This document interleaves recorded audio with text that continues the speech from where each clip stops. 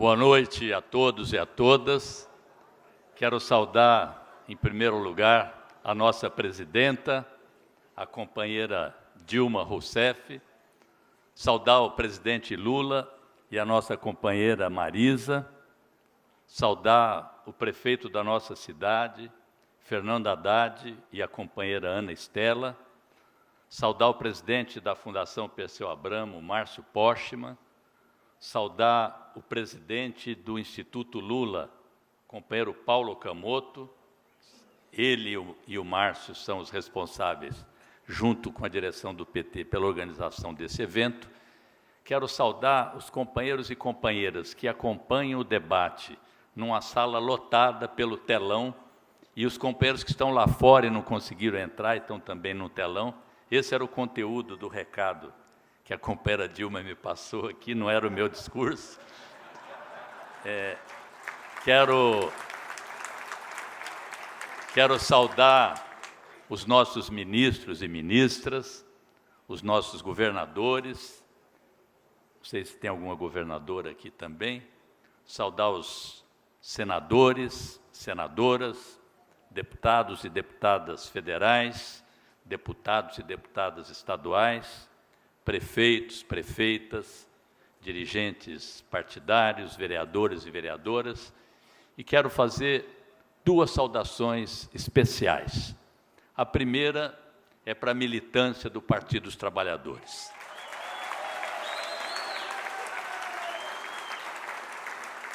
Sem a qual nós não teríamos tido, talvez, nem o presidente Lula, nem a presidenta Dilma no governo do país. Então, esse reconhecimento, esse tributo é feito pelo presidente do PT. Espero que esse vigor, essa energia, essa combatividade, esse compromisso se estenda, pelo menos, pelos próximos 4 anos, vou falar em muito mais tempo. E a segunda saudação especial são os companheiros presentes aqui, presidentes dos partidos, sem os quais também toda essa obra não teria sido realizada.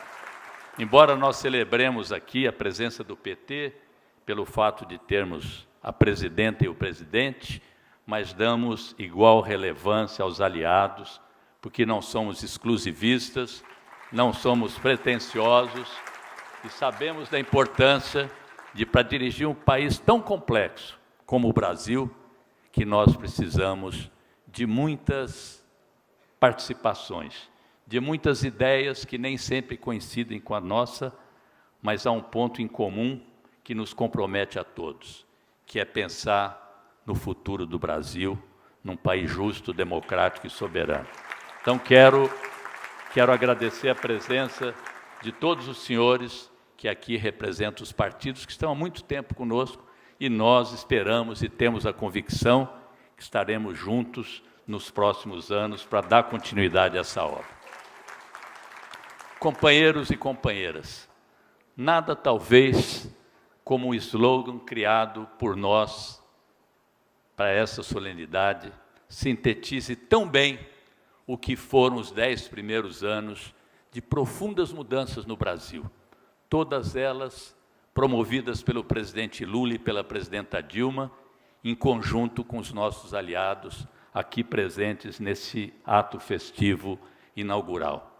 O lema do povo, pelo povo, para o povo, expressa, na singela definição desse regime político inigualável, o principal conteúdo da verdadeira revolução democrática que o país está vivendo.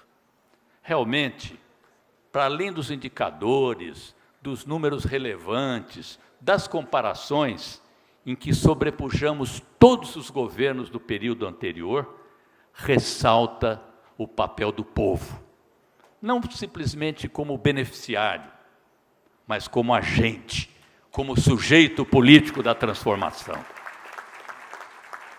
Esse protagonismo do povo, dos movimentos sociais, da sociedade que se manifesta, influencia e critica, marcou a extraordinária evolução do nosso país nos últimos anos. E nesse novo Brasil que surgiu, o fortalecimento da democracia é um dos aspectos, quem sabe o mais relevante, que nos diferencia e que projeta o nosso país, inclusive no cenário internacional. O aprofundamento da democracia está na raiz do avanço do Brasil nos últimos 10 anos. Não há dúvida que só mesmo o processo democrático poderia produzir transformação tão impressionante, num período tão curto, num país manchado por séculos de injustiça, de miséria e de exclusão. Mas antes de prosseguir, presidenta Dilma, eu quero fazer uma digressão para relembrar momentos desse decênio histórico. E quero me valer de passagens do discurso de aceitação da candidatura presidencial pela companheira Dilma Rousseff. Dizia ela: a energia que move essa grande festa brasileira é a força do trabalho e do sonho, de um povo que nunca se dobrou, que sempre lutou e jamais perdeu a esperança.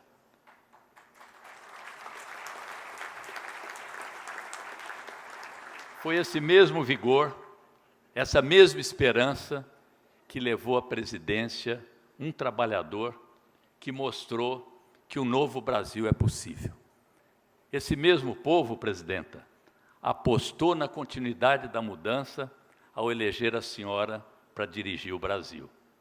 Uma mulher para quem, retoma o seu discurso, a distância entre o sonhar e o fazer pode ser bem mais curta do que se imagina, desde que a gente tenha coragem, competência e determinação.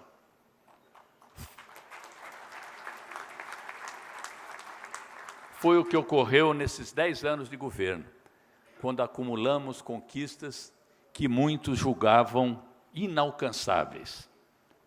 Vimos assim confirmar o que o presidente Lula prognosticou em seu primeiro governo. Dizia ele: vamos começar fazendo apenas o necessário.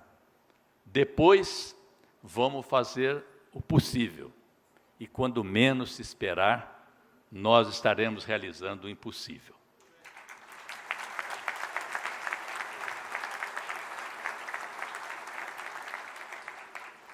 Estaria o presidente Lula parodiando a palavra de ordem do movimento estudantil de 68 na França, quando os jovens clamavam: seja realista, exija o impossível?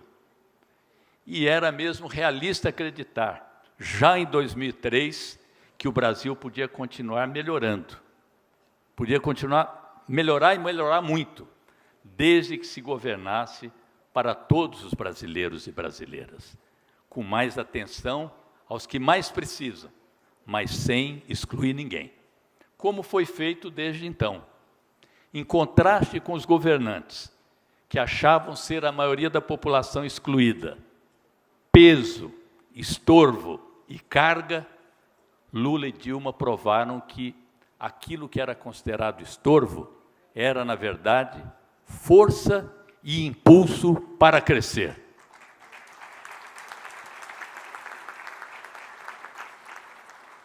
Quebramos o tabu, acentuava a presidenta Dilma, rememorando o legado do governo Lula. E provamos, dizia ela, que incluir os mais fracos e os mais necessitados ao processo de desenvolvimento é um caminho socialmente correto, politicamente indispensável e economicamente estimulador. País rico é país sem pobreza. País rico é país com liberdade, com igualdade e com justiça.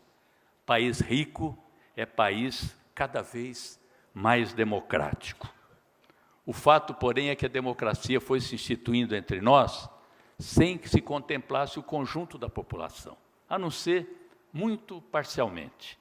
Felizmente, essa realidade começou a ser radicalmente modificada no governo do presidente Lula. Com ele, o Brasil encontrou o caminho para se chegar a um Estado democrático mais amplo. E esta é, nesse momento da vida nacional, a grande empreitada a fazer avançar em nossos pensamentos e em nossas ações. A fim de melhor entender o que isso significa, é preciso ir além da ideia de que a democracia se esgota na garantia das liberdades políticas e individuais. Essas, na verdade, serão sempre direitos fundamentais, irrenunciáveis, de homens e de mulheres livres.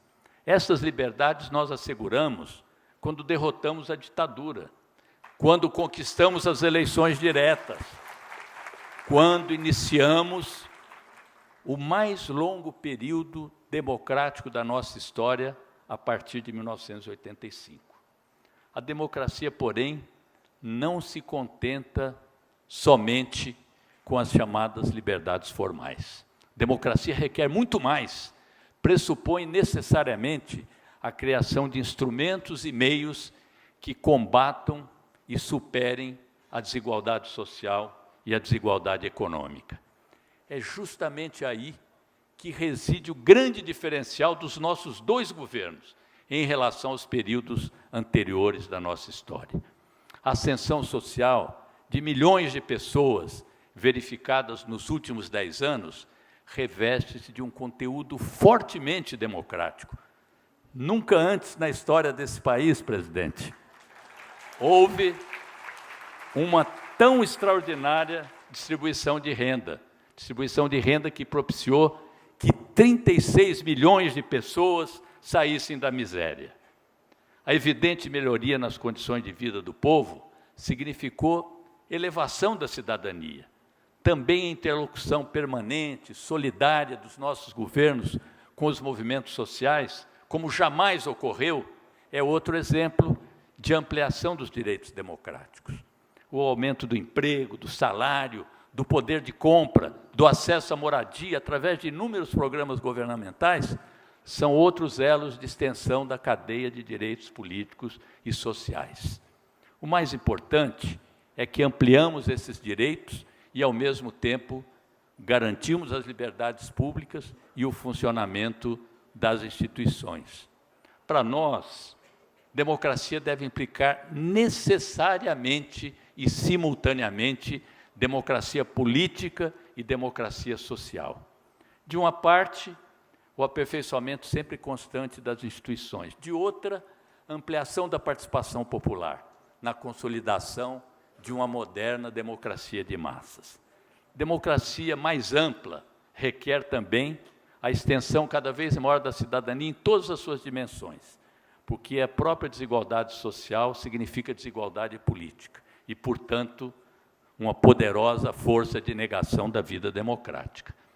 Sob essa perspectiva, a construção da democracia entre nós exige erradicar em definitivo a miséria, superar a exclusão, reduzir as distâncias sociais, combater sem descanso a desigualdade, como vem sendo feito incansavelmente pelos nossos dois governos. E quando falamos em desigualdade, lembramos com orgulho que os nossos governos não se esqueceram que eram necessárias políticas públicas específicas para as mulheres agredidas por estruturas patriarcais e machistas, como não ignoraram quanto era essencial que se olhasse para os negros e negras do nosso país, ainda marcados pela chaga de séculos de escravidão. Aprofundar a democracia exige também a realização de reformas estruturais. Dentre elas, quero destacar duas. É inadiável, é essencial que promovamos uma reforma política profunda, que seja capaz de corrigir as inegáveis distorções do nosso sistema eleitoral, a fragilidade dos partidos e outras mazelas do nosso sistema de representação. Não é mais possível vivermos sob o sistema do financiamento privado, fonte de tantos desgastes para a atividade política. Também consideramos inadiável, e aqui me dirijo para saudar os trabalhadores de imprensa e da mídia presentes, É inadiável, companheiros, o alargamento da liberdade de expressão no país. O alargamento da democracia nos meios de comunicação, tal como está prevista nos artigos da Constituição Federal e que esperam há anos por uma regulamentação.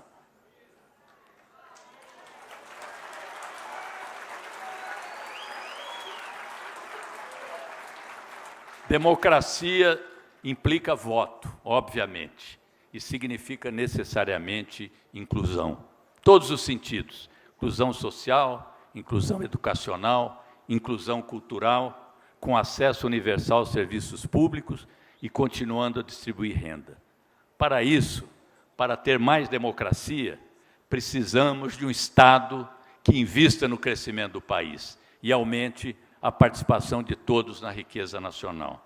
Porque um Estado omisso, como o dos neoliberais, não é capaz de incluir, de abolir a miséria, de transferir renda, de abrir caminho à ascensão social.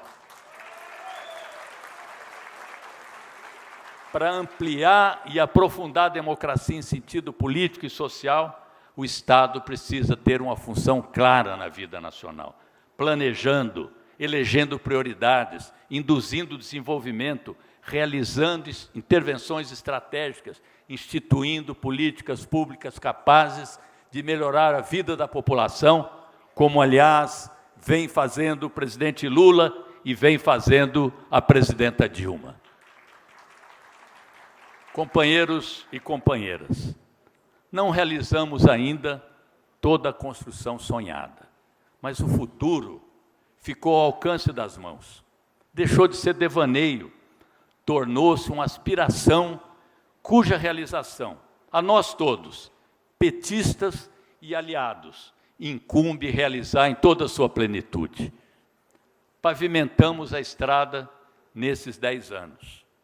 Surpreendemos o Brasil e o mundo.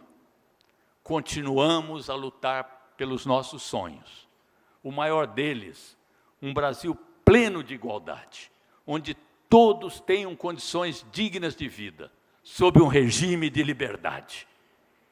Estamos chegando lá, com a participação e o apoio do nosso povo. Viva o PT! Viva os partidos aliados!